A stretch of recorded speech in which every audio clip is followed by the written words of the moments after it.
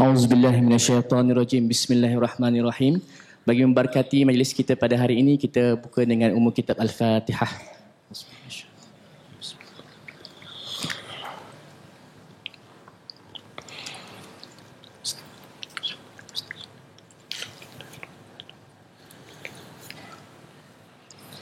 Alhamdulillahi Rabbil Alamin. Wassalatu wassalamu ala asyrafil anbiya wal mursalin Sayyidina Muhammad Nabil Amin wa ala alihi wa sahbihi ajma'in. Allahumma salli wa sallim ala Sayyidina Muhammadil Fatihi lima awlik wal khatim lima sabaq nasiril haq bil haq wal hadi ila siratikal mustaqim wa ala alihi wa sahbihi haqqa qadrihi wa miqdarihil azim. Yang berbahagia Sahibus Samahah Datuk Dr. Zulkifli bin Muhammad Al-Bakri, Mufti Wilayah Persekutuan yang kita raikan.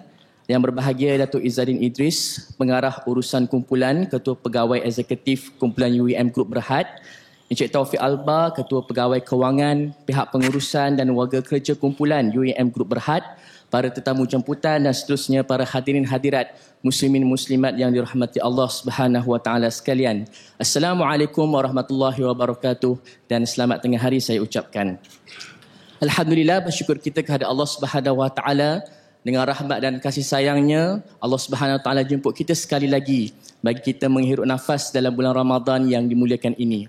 Dan alhamdulillah, tambah lagi anugerah Allah Subhanahu wa taala pada hari ini kita sama-sama dapat berhimpun dalam satu majlis ilmu bersama orang yang alim dan saleh, insya-Allah, untuk kita mendapatkan sedikit sebanyak tips-tips perkongsian dan ilmu berkenaan dengan Ramadan, insya-Allah.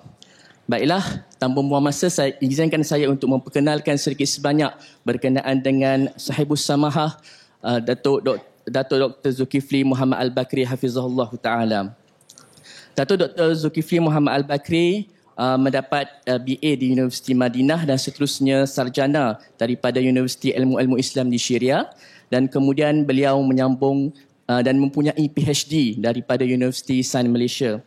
Dan sebagaimana yang kita maklum, Al-Fadil Datuk senantiasa muncul dalam slot-slot televisyen, misalnya dalam slot TV Al-Hijrah, slot Cinta Ilmu, slot Medan Fatwa dan sebagainya.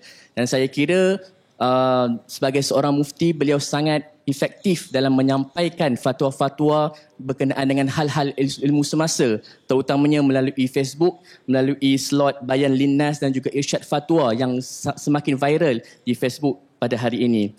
Namun bagi saya yang paling menggesan ia berkenaan dengan Al-Fadil Datuk ialah kemampuan beliau untuk mempunyai khazanah kitab yang begitu banyak.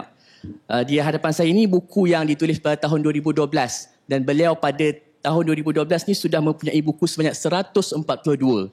Bayangkan 3 tahun yang lepas sudah 142. Tambah-tambah sekarang ini sudah menjadi mufti. Subhanallah, mesti lagi banyak koleksi-koleksi beliau, anugerah dan juga hikmat beliau kepada umat Malaysia dan umat Islam di Malaysia khususnya. Jadi mudah-mudahan Allah Subhanahu wa taala melanjutkan ilmu beliau dan menambahkan ilmu beliau untuk sama-sama berkhidmat kepada umat, insya-Allah.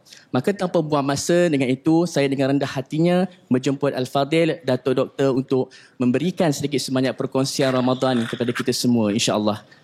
Dengan segala hormatnya dipersilakan. Assalamualaikum warahmatullahi wabarakatuh. Alhamdulillahi Rabbil Alamin. Wassalatu wassalamu ala asyrafil anbiya wal mursalin wa ala alihi wa sahbihi ajma'in. Subhanaka la ilma lana illa ma 'allamtana innaka antal alimul hakim. Wa la hawla wa la quwwata illa billahil aliyyil azim. Amma ba'.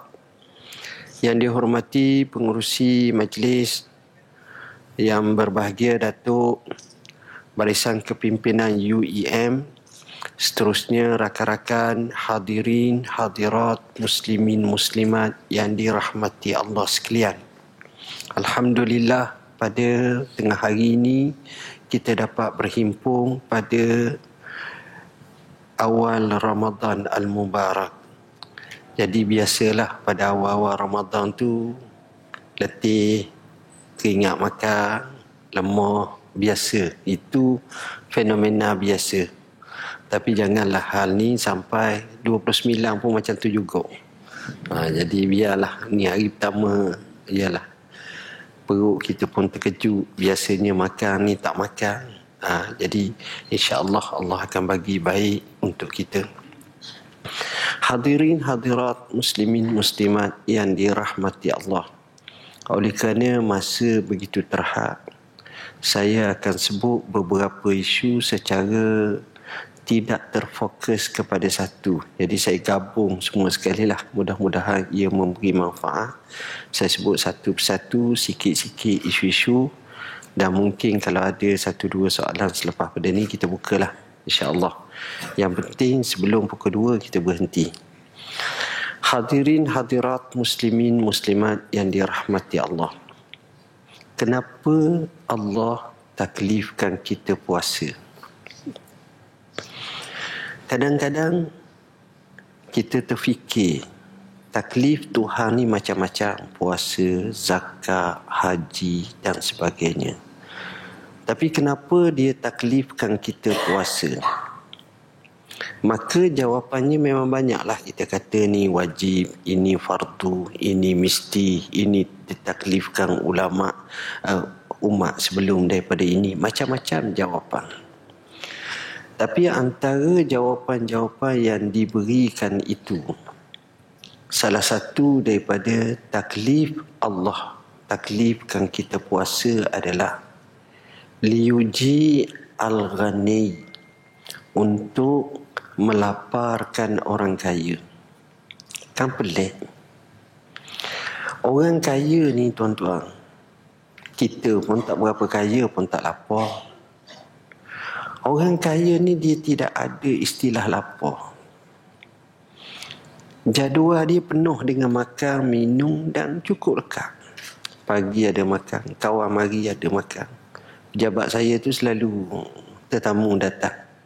Saya kata pada staf, setiap tetamu datang kena buat air. Itu tetamu. Dia nak marah pun kalau dapat minum air tak marah dah. Seronok. Jadi bayangkan orang yang makan sentiasa, dia tak kenal erti lapar. Dia boleh sebut lapar sebab dia makan sebelum lapar, bukan selepas lapar. Tak kenal lapar. Tak ada dalam kamus dia hidupnya lapar. Orang yang sentiasa kenyang, sentiasa mudah, sentiasa dapat, sentiasa mewah, perasaannya terhadap fakir miskin kurang. Kalau kita minta bantuan pun, dia bagi bantuan pun, dia tak kisah sangat.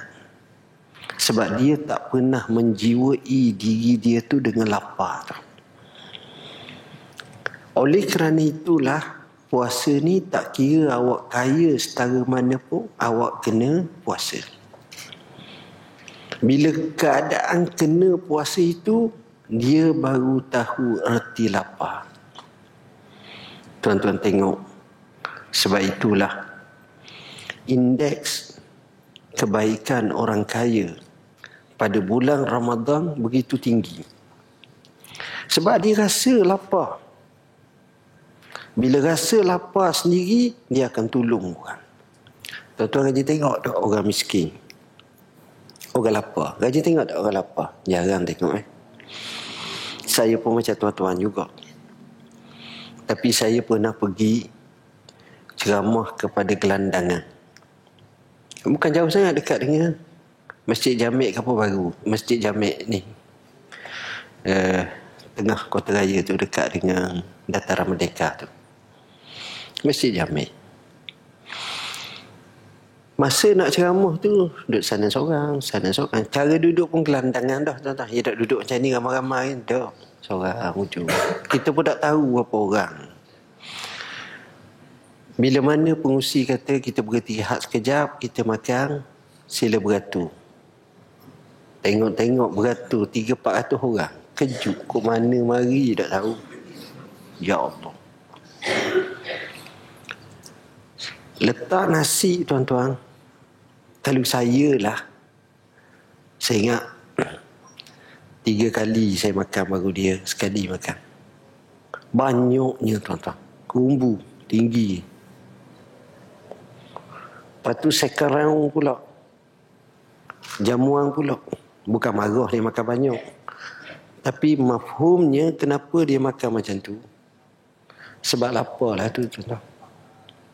Itu dia lapar ni memang stabil tak ada. Hati jadi susah.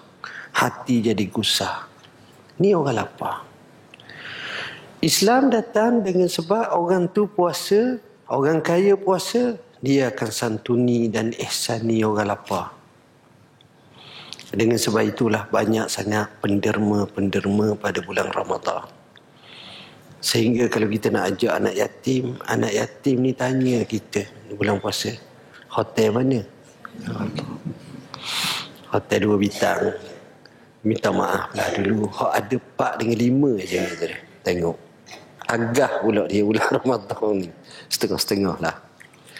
Apa yang saya nak gambarkan bahawa kerana orang kaya nak jamu, berebut nak jamu pada bulan Ramadan. Itu poin pertama. Kedua, kenapa Allah Subhanahu Wa Taala suruh kita puasa? Kerana selepas hampir 11 bulan kehidupan kita, Allah bagi untuk kita hidup gaya bebas. Bila gaya bebas ni kau pandang lah nak buat apa satu, pada masa itulah kita tengok indeks ibadat kita statik, tak banyak mana. Bila mana datangnya Ramadan, Allah programkan dalam mukhayyam tarbawi dia. Allah cuba jadikan kita dalam lingkaran ketaatan pada Tuhan. Pada masa itulah graf ibadat kita ni naik. Ke masjid, ke surau, sama-sama tolong orang, semua naik. Tengok, sebab itu Nabi SAW menyatakan sesungguhnya puasa itu merupakan pintu kepada ibadat. Kenapa pintu? Menyebabkan kita agendakan hidup kita untuk ibadat bulan puasa. Kita mari mikir, kalau bulan lain nak pergi masjid, surau, payah. Semalam, kerana saya sengaja tak mengajar, tak ceramah, tak ambil apa-apa program di Kuala Lumpur, saya pergi ke surau tempat saya sama-sama bina surau tu, yang terbengkalai 3 tahun dekat. Jadi semalam, hari pertama sembahyang Ramadan. Dia siap dalam 3-4 bulan dah, 5-6 bulan dah. Tapi hari pertama sembahyang Ramadan, sembahyang tarawih. Yang datang tu, sampai ucapan daripada pengurusi surau, nampaknya kita kena besar lagi surau kat kita. Saya yakin fenomena ni sama je. Dekat mana pun sama je. Hari pertama, hari kedua memang penuh orang kat masjid surau. Termenung. Jawatan kuasa surau ramai sangat. Tapi jangan bimbang, fenomena itu hanya dalam 10 hari je. Yakin. Tak apa, jangan bimbang. Sabar je, 10 hari insya-Allah. Ini keadaan kita. Jadi pintu ibadat ni banyak. Allah programkan kita. Siang hari puasa, malam hari tarawih. Artinya tidak ada juzuk masa kita melainkan diisi dengan ibadat pada Tuhan. Itulah uniknya Allah himpunkan banyak acara ibadat pada bulan puasa. Ketiga, Allah bagi kepada kita ibadat puasa ni antara lain adalah untuk kita sama-sama baiki balik hubungan kekeluargaan. Itu unik tu. Kalau tuan-tuan tengok, kita cakap bulan lain dah. Kita cakap selain daripada bulan Ramadan. Kita tinggal di Kajang atau Bangi. Masuk kerja pukul 8. Isteri kita pula kerja di Jempol, Kuala Pilah, atas tu. Tuan-tuan rasa pagi-pagi keluar rumah pukul berapa? Sama ada pukul 5 pagi paling lewat pun pukul 6 pagi. Kita juga selepas subuh 6.30 kita kena keluar. Nanti jam Sungai Besi. Tengok. Tengah hari memang tak makan sama dah. Petang pula kalau balik pukul 5, 5.30, pukul 6. Sampai rumah pukul 7, pukul 8. Dalam keadaan lonely, lemah, tak mampu. Pada masa itu kita makan seadanya, tidur. Anak kita entah macam mana, kita pun isteri tak ada apa. Habislah masa kita macam tu. Itulah rutin kita hampir 11 bulan. Hampir 11 bulan. Dengan datangnya Ramadan ni, kita cuba programkan balik sebelum daripada masuk waktu maghrib. Seupaya mungkin, maka kita pun baliklah sebelum daripada waktu maghrib. Tengok, di situlah nikmat kita dapat menyantuni anak isteri, keluarga, makan bersama. Masa itulah kita tengok anak kita pertama, kedua, ketiga, keempat. Masa itulah kita duduk atas meja bersama, nak makan, nak minum. Ada dah teras perasaan-perasaan, tuan-tuan. Ini semua tak lain tak bukan kerana barakah Ramadan itu. Membina satu institusi kekeluargaan yang ampuh, yang kukuh, yang kuat. Tanpa Ramadan, kita tengok lesu, lonlai, lemah kita. Kita tengok. Jadi, di situlah baiknya. Kalau orang yang pandai lagi, dia isi masa tu dengan sedikit tazkirah, dengan sedikit zikir tahlil, dengan sedikit doa beramai-ramai. Kemudian langsung makan bersama, diheret kepada sembahyang maghrib bersama. Kemudian diberi aktiviti bebas. Kemudian terus menuju ke masjid bersama, sembahyang bersama, bertarawih pun bersama. Tidakkah ini pahala dan fadilat yang amat baik dan amat banyak? Jawab dia, ya. Sebab itulah jadilah bulan Ramadan satu bulan di mana aktiviti kekeluargaan diperteguhkan. Ini penting.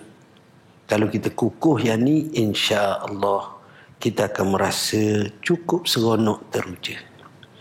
Dan sehingga apabila kita boleh bentuk kepada anak-anak kita mengikut acuan yang mana sentiasa mendapat banyak kelebihan, dia sendiri bila dia kahwin nanti, dia besar nanti, dia akan teringat. Dia akan kata, alangkah indahnya abah ibuku dulu, tak kala datang Ramadan, mesti kami berpesta dalam pesta acara ibadat kekeluargaan. Kami seronok sangat, ya Allah. Hari ini kita boleh guna masa, tuan-tuan, sebaik-baiknya. Kita santunilah betul-betul Ramadan ni. Baik. Ramadan ni sebenarnya satu hal yang terpenting, menjaga kepada kita akan hal berkenaan dengan masa. Ramai di kalangan kita acuh tak acuh tentang masa. Tapi Ramadan menyedarkan kita. Anak kita yang kecil yang mula bertatih puasa pun tahu 1 Ramadan, 2 Ramadan, 3 Ramadan. Semua orang ingat bulan Ramadan berapa hari puasa. Betapa kita tengok hari ni 1 Ramadan, pejam celek, tengok 28 Ramadan. Masa tu ramai cuti. Dengan kata nak cuti awal lagi sebab nak dapat tol murah. Maknanya 5 hari ke 4 hari balik dah. Jadi meriah pula di kampung. Semuanya itu seolah-olah memberi satu signal dan isyarat kepada kita masa. Masa cepat, tuan-tuan. Ramadan kali ini sudah mengunjung tiba. Kita terasa baru tahun lepas Ramadan. Cepat. Tapi masa tetap memamah usia kita. Tenaga kita, semangat kita, kederak kita, kemampuan kita.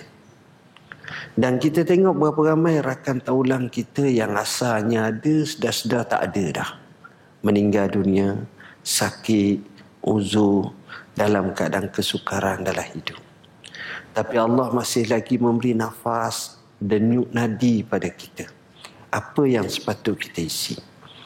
Inilah agenda yang saya rasa penting kita sedarkan diri kita pada bulan Ramadan. Satu hari Nabi SAW pegang Sayyidina Abdullah bin Umar ibn Al-Khattab.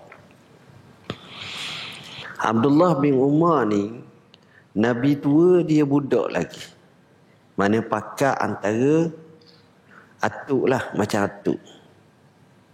Dia belasan tahun, Nabi mencecah hampir 60 tahun dah masa tu.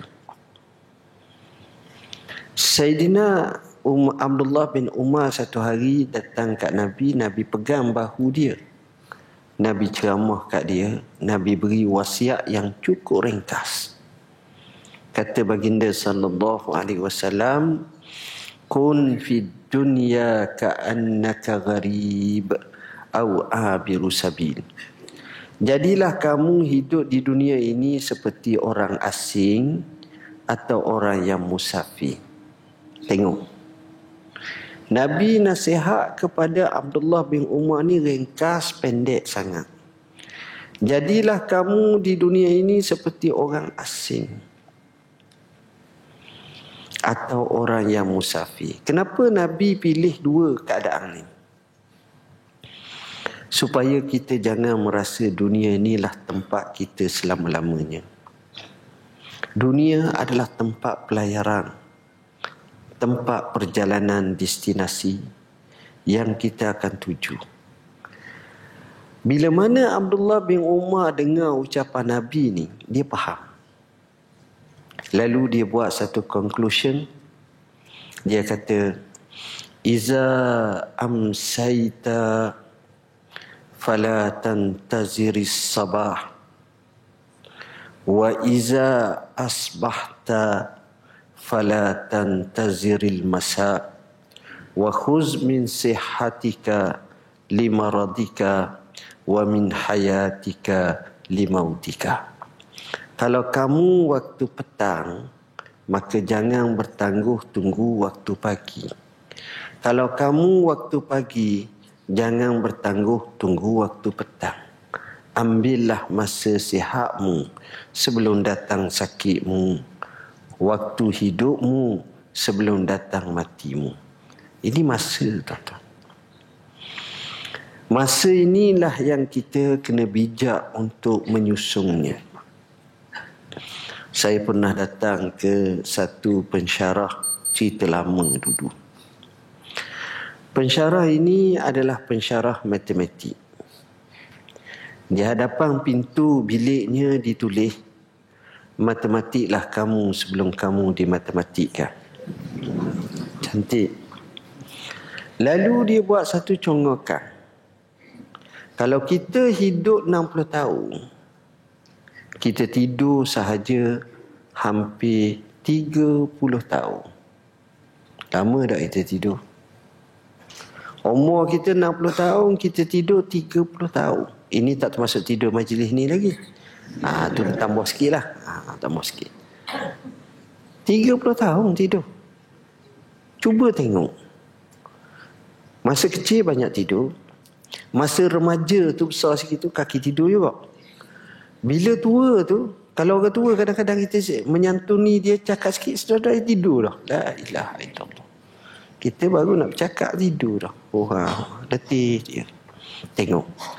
Jadinya balance masa kita 30 tahun saja lagi. Balance 30 tahun lagi. Azan dulu ke? Tak. Tak apa, kita terus je lah dah.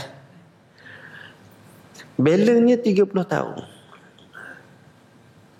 30 tahun tu tuan-tuan, kita duduk atas meja makan lebih daripada 12 tahun. Lama. Duduk makan lama. Kita je kata breakfast, tapi break slow. Memang kita rasa je cepat tapi lambat. Makan lama. Nak nega makan dah. Bos tadi kata nega makan lagi untung. Senang makan minum. Cari RNA satu nega. Saya pegang tasbih nega tu. Congok. Mudah. Tuan-tuan dan puan-puan yang dirahmati Allah. Itu pertama. Kita duduk dalam tandas 10 tahun. Lama tandas. Jarang orang tu masuk tandas terus keluar. Tu ada tandas tu cedera lah. Bermasalah. Biasanya lama. Lama tuan-tuan. Tengok. Kalau kita jenis konsisten semayang sendiri pun, sekadar 2 tahun je. Daripada umur yang kita tu. Tuan-tuan tengok begini cukup. Sehari, kita ada 24 jam. Kita semayang 5 minit satu waktu, 25 minit. Itu tu biasa. Kalau profesional, cepat lagi semayang. Realiti memang macam tu. Katakan setengah jam daripada 24 jam. Bermakna sekitar 1/48. Daripada masa kita sehari, sejuzuk daripada 48 juzuk, itu kita guna untuk semayang. Hal lain kan je bebas. Masa tuan-tuan. Tengok masa kita. Allah jadi 3 masa. 1 sampai 20 tahun ni tembesaran. Ni jenis makan, minum semua sekali. 20 sampai 40 ini masa membina keluarga. Masa itulah menikah, masa itulah nak dapat anak, masa itulah nak beli kereta, nak senang, nak ni 20 40. 40 sampai 80 sampai 60 ini masa datang sakit. Itu kecil mani, darah tinggi, katarak, gout, kolesterol. Baca lah apa-apa benda. Jenis macam-macam jenis penyakit dah. Masa tu semangat je lebih. Jiwa tak mampu dah. Letih dah. Jadi kita tengok yang jadi masalahnya, kita hanyut masa kita hak pertama, kita hanyut hak kedua, akhir sekali hak ketiga pun kita hanyut. Apa kita datang nak sembah depan Tuhan? Kosong. Tak ada apa satu. Rugi hidup kita. Tak berbaloi hidup kita. Yang ni tak dapat, yang tu tak dapat. Rugi. Sekarang ni tuan-tuan, ramai orang menyangkakan dia untung, tapi sebenarnya dia rugi. Ramai orang menyangkakan dia bernasib baik, dia dapat baik, tapi sebenarnya dia tidak. Kerana nilai yang sebenar setakat mana kita dapat mengambil peluang untuk kita ibadat, abdikan diri kepada Tuhan. Ini cabaran kat kita. Setakat mana kita boleh? Tuan-tuan, sebab itulah ambillah peluang. Kalau kita kerja betul-betul. Kita kena ada target kerja kita. Nombor 1 kerana Allah. Bila kita kerana Allah, banyaklah senang hidup. Kalau kita kerana lain, payuh, sakit kepala. Letakkan dikarenakan dengan kerana Allah, insya-Allah. Yang kedua, bila kita kerja, biar kita kerja ni jenis smart. Ambil masa. Ada orang tu masa panjang tapi kerja sikit pun tak selesai. Ada orang tu masa sikit tapi banyak kerja selesai. Satu. Sebab itu time management dan quality times adalah hal yang terpenting dalam kehidupan kita. Sejarah membuktikan tuan-tuan, tidak ada seorang pun atas muka bumi, sebijak mana mereka peretoh atas muka bumi, mereka boleh lakukan macam Rasulullah SAW. Rasulullah diberi peluang hanya 10 tahun di kota Madinah. Tapi mengasaskan satu tamadun sampai sekarang kekal. Islam. Orangnya macam mana? Genius.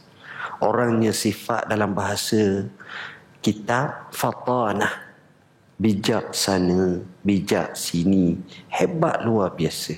Wisdom, hikmah. Tengok. Hanya 10 tahun Nabi boleh dengan menyediakan pasukan sahabat-sahabatnya boleh meleburkan Persia, boleh menumbangkan Rom, boleh menguasai Mesir, boleh menguasai semenanjung tanah Arab. Semuanya hebat. Masa tengok Nabi guna sebaik mungkin. Jadi kerja yang dia buat dengan smart, dengan hebat, dengan kualiti, dengan time yang ada pun sedikit pun, dia telah melakarkan sejarah yang cukup indah. Itu Rasulullah SAW. Kita pun macam tu tuan-tuan. Orang akan baca sejarah kita. Apa sumbangan kita kepada khalayak? Apa sumbangan kita pada ummah? Apa sumbangan kita pada majikan kita? Pada tempat kerja kita? Untuk melonjakkan kehebatan ni. Satu hari Dr. Sadler, pakar kaunselor yang hebat. Dr. Sadler ni tuan-tuan, dia rawat orang macam-macam. Dia kaunseling orang. Jadi dia ada bilik dia dan dia ada bilik kaunseling.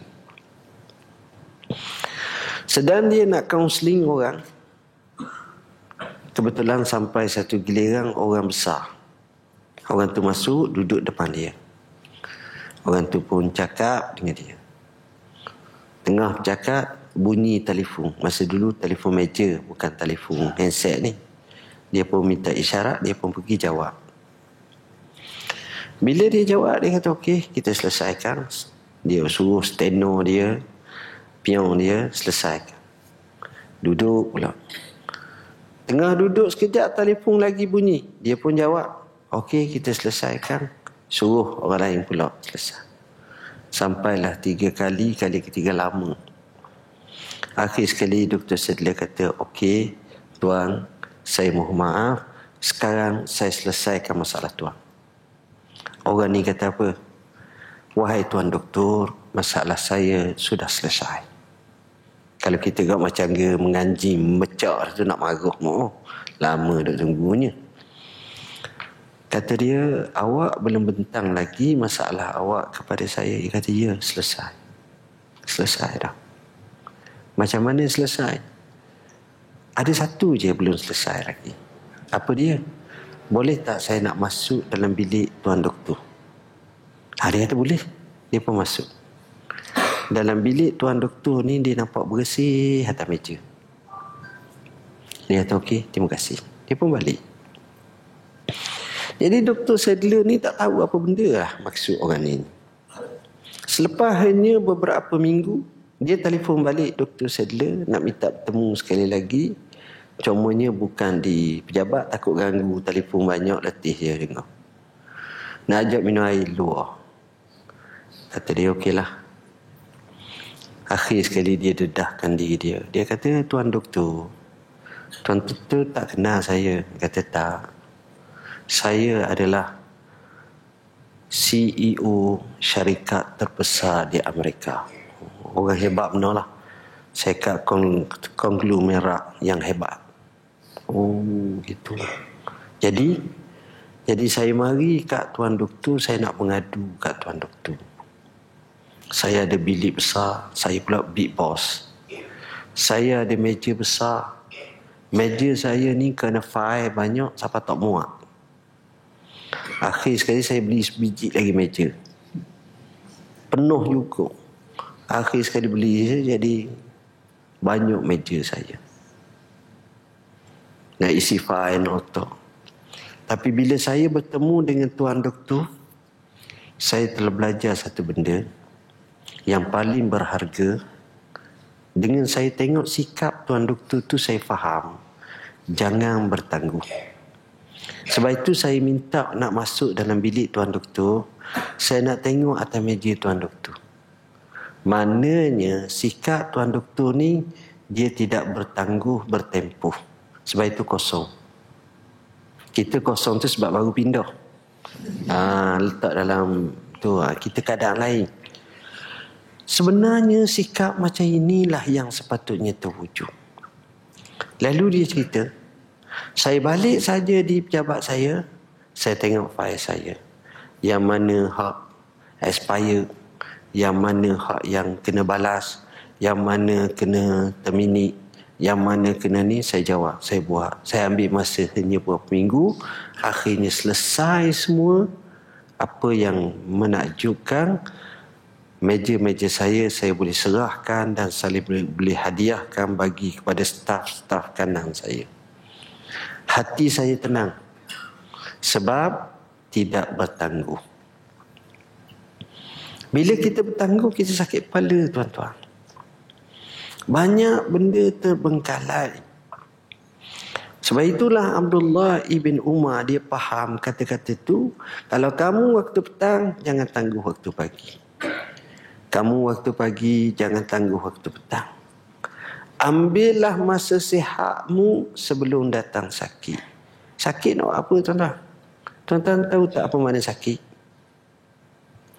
Makna sakit adalah terwujud padanya segala package negatif. Itu makna sakit. Bila kita sakit, ngantuk. Bila kita sakit, letih. Bila kita sakit, tak bermaya. Kita tengok orang sakit, jom mari kita pergi masjid. Allah, nak pergi, saya pun letih. Tengok. Kita zahirkan lemah dah.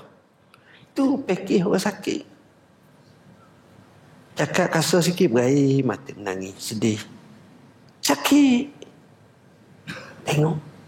Jadi orang sakit ni sebahagian besar aktiviti yang sepatutnya boleh dilangsungkan terpaksa terhad. Dibataskan, dihadkan. Tak lagi mana dah. Rugi sakit ni, tuan-tuan. Sebab itulah, ambil masa sihat. Masa tak sakit, masa sakit ni jangan harap. Tak boleh. Dan yang kedua lagi besar lagi, ambillah masa hidup sebelum datang mati. Kita ni kalau nak mati kau habis, tuan-tuan. Rugi. Ini peluang. Kita gagah, kita sihat, pergi. Buat satu reformasi dalam hidup kita. Buat satu transform ataupun kita kata nuqtatut taghyir, satu nuktah perubahan. Ambil nafas Ramadan ni, heret anak bini ke masjid. Ajak suami isteri ke masjid. Ajak keluarga ke masjid. Sibuk mak abah kita ada ni, tak apa, kita buat lapang. Bukan mesti 20. Contohnya 8 rakaat. Okey ya. Sekurang-kurangnya budaya ke masjid, budaya macam ini kita telah pupuk dengan anak-anak kita. Yang lebih besar daripada itu, kita dipahalakan Tuhan. Kan bagus hidup macam tu. Tuan-tuan, inilah yang kita nak. Jadi Ramadan ni adalah yang paling penting, masa. Kita nak lakarkan kejayaan hidup bermula pada Ramadan. Kita selesaikan kemeluk kehidupan, jadikan nafas Ramadan. Nak maju pun Ramadan. Syarikat hebat dengan mengambil Ramadan ini. Bukan dilesukan dan bukan dilemaskan dan bukan diletihkan, bukan menjadi kurang produktiviti. Tidak. Ramadan ni hebat, tuan-tuan. Saya banyak terbabit dengan ceramah dan juga syarahan macam-macam. Salah satu tempatnya ialah pusat zakat wilayah Persekutuan. Mereka ni pada bulan Ramadan adalah masa mereka begitu kritikal. Kerja sungguh. Siang, malam, pagi, petang, kerja. Sebab ramai orang nak bayar zakat bulan Ramadan. Jadi mereka meningkatkan produktiviti mereka untuk bulan Ramadan. Dan nampak hasilnya cukup lumayan. Ramadan. Ambil peluang Ramadan ni untuk kita sama-sama gunakan masa kita untuk kita tingkatkan prestasi kita. Ini masa, tuan-tuan. Masa kita ni, tuan-tuan, kalau kita tengok, kita rasa baik sangat dah. Kita pergi masjid, kita kerja, kita balik, kita berehat. Kita rasa baik sangat dah. Okey dah. Okey tu bila kita nisbah kepada orang yang teruk pada kita. Tapi bila kita tengok orang yang jauh lebih hebat pada kita, kita rasa betapa kerdilnya kita, kecilnya kita, naifnya kita, lemahnya kita, sedikitnya amalan-amalan kita. Orang lain jauh ke depan lagi. Itulah Ramadan.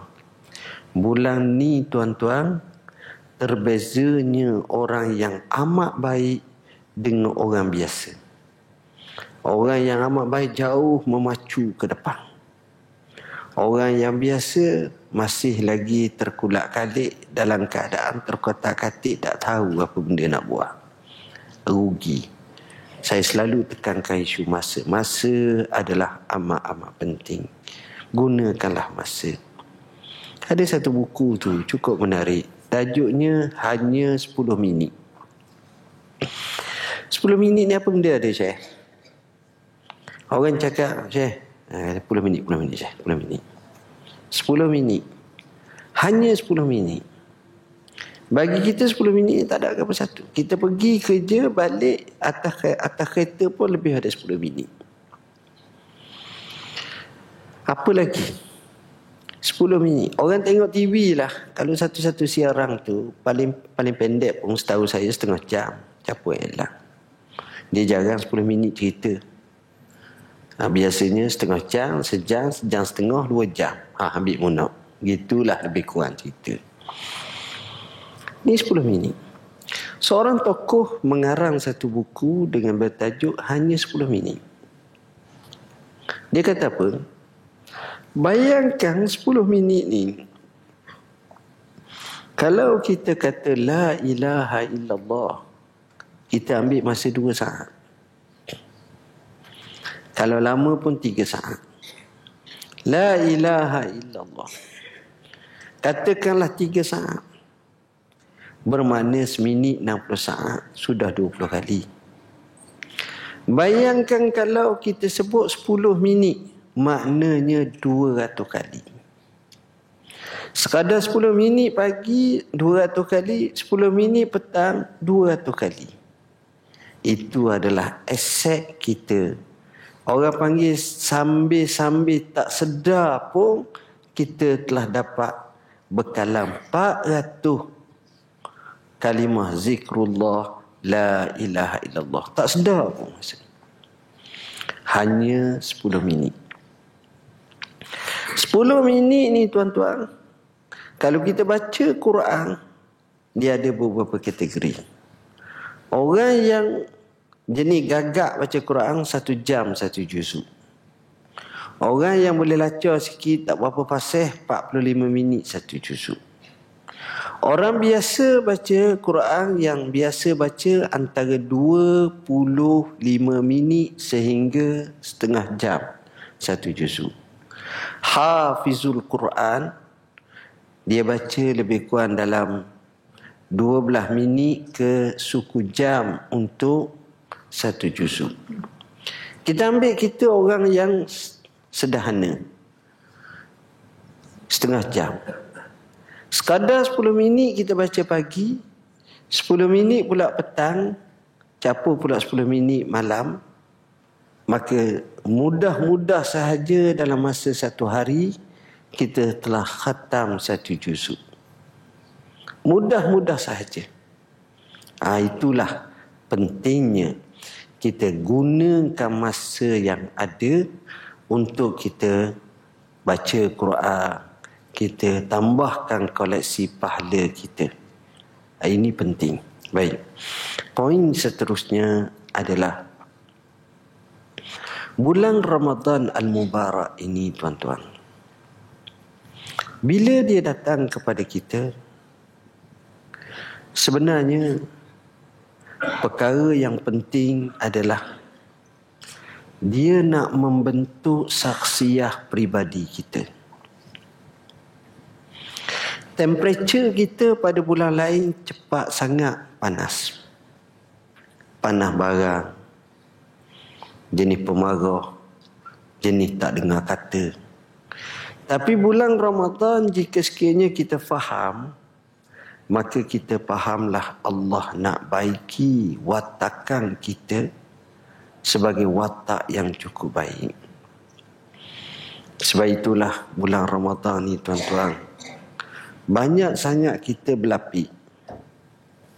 Kita kata, aku ni agak puasa je. Kalau aku tak puasa, aku empuk kepala engkau. Tengok. Sebab puasa, tuan-tuan. Ambil masa. Jadikan puasa ni, kita nak berubah watak. Suami nak jadi suami misali. Isteri nak jadi isteri misaliyah. Ibu bapa nak menjadi ibu bapa yang saleh dan salihah. Anak-anak nak jadi anak yang saleh dan salihah. Keluarga nak jadi keluarga yang misali. Rakan taulang nak jadi yang berwatakkan saksiah yang unggul. Semuanya itu kita boleh mengambil dengan inspirasi Ramadan. Kita bentuk dan cernakan akhlak yang baik. Kita watakkan diri kita dengan watakan takwa kepada Allah.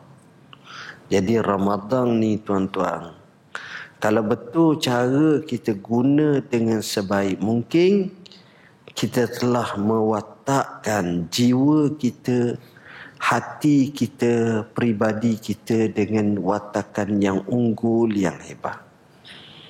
Dan ini tak mustahil dan bukan jauh. Bukan perkara yang jauh. Itulah karamah Ramadan. Kemuliaan Ramadan. Melahirkan insan Rabbani. Melahirkan orang yang takwa kepada Allah. Ini pun kita boleh buat, tuan-tuan. InsyaAllah. Jadi, bila kita sebut Ramadan, nak baiki akhlak kita biar jadi akhlak insan yang benar-benar patuh pada syariat Allah Subhanahu wa taala. Jadi saya rasa sekadar itulah tazkiyah ringkas saya. Sebelum saya akhiri majlis ini, kok adalah 1-2 soalan berkenaan dengan puasa dan lain lagi, saya persilakan.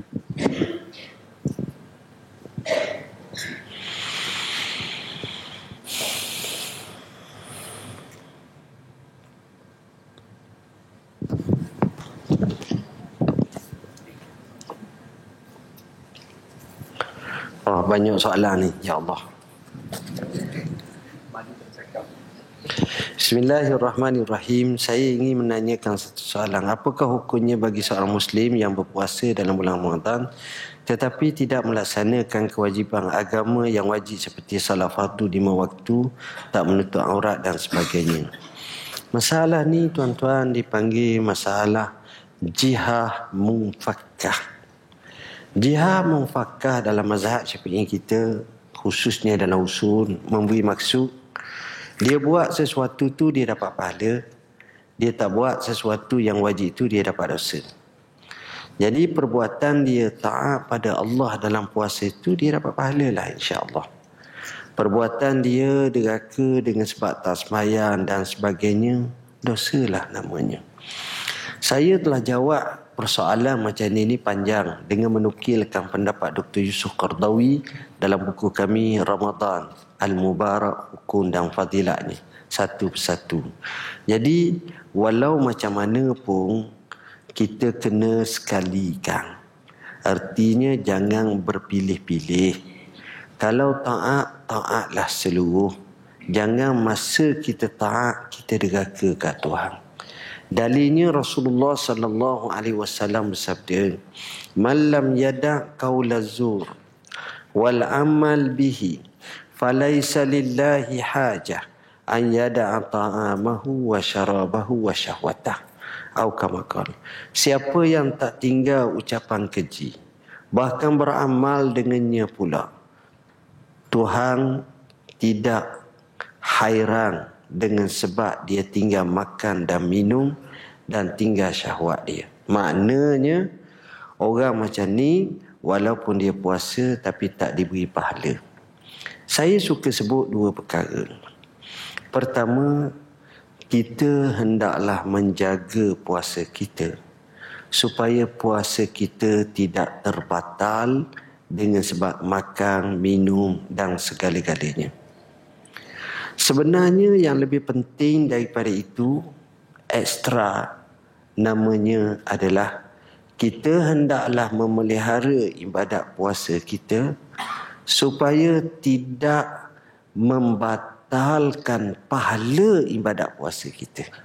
Zahirnya sah sebab dia tak makan tak minum, tapi mulutnya celupar, tak pemayang, pergi pukul orang, maruh tak tentu pasal. Dia tak makan tak minum, dia puasa, tapi tidak sampai kepada tahap piawaian puasa diterima oleh Allah. Jadi orang macam ni rugilah.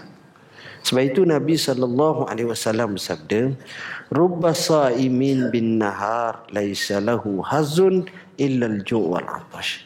Boleh jadi orang tu puasa siang hari, dia tak dapat apa satu pun, hanya kecuali lapar dan dahaga.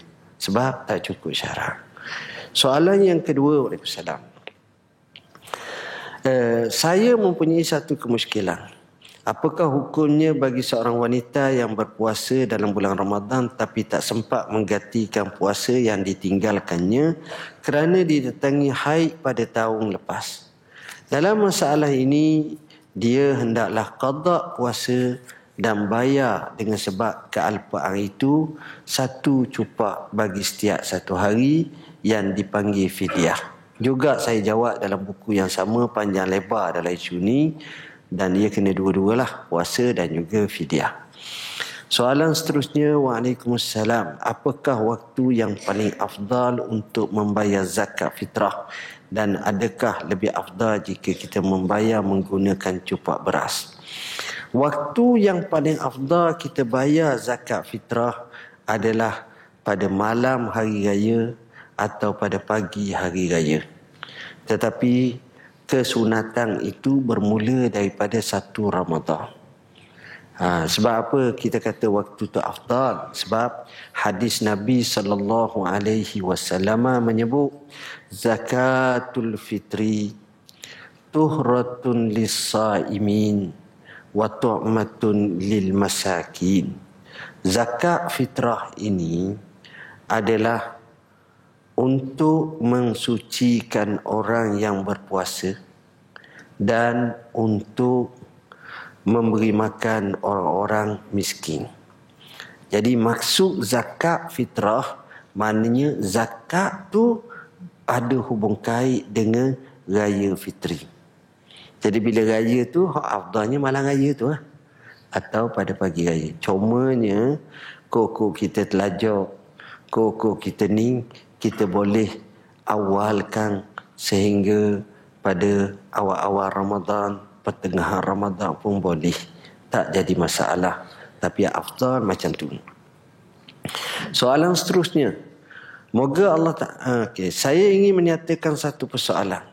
Dalam dalil pensyariatan puasa disebutkan bahawa kita diwajibkan puasa lantaran kaum terdahulu diwajibkan berpuasa. Tujuannya untuk mencapai takwa. Siapakah yang dimaksudkan dengan kaum terdahulu? Adakah ia perbezaan puasa kita dengan puasa kaum terdahulu? Adakah ini bermakna kaum terdahulu tidak mencapai takwa?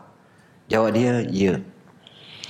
Sebagaimana kita diwajibkan puasa, kaum terdahulu pun juga berpuasa. Dalilnya Allah sendiri sebut kama kutiba alal ladzina min qablikum. Kata ulama, kama kutiba di situ memberi maksud tentang kesamaan kita puasa dengan umat terdahulu adalah kesamaan dari sudut kefarduan. Bukan bentuk macam kita puasa dalam erti kata Ramadan, dia tak semesti macam tu. Kerana hadis sahih riwayat Imam Bukhari dan lain lagi, Rasulullah SAW bersabda, afdalus siyami siyamu Dawud sama yauma wa aftara yauma. Seafdal-afdal puasa Nabi Daud, sehari dia berpuasa, sehari dia berbuka, selang-seling. Begitu juga dikatakan puasa terkena kepada kaum Kristian dan juga kaum Yahudi.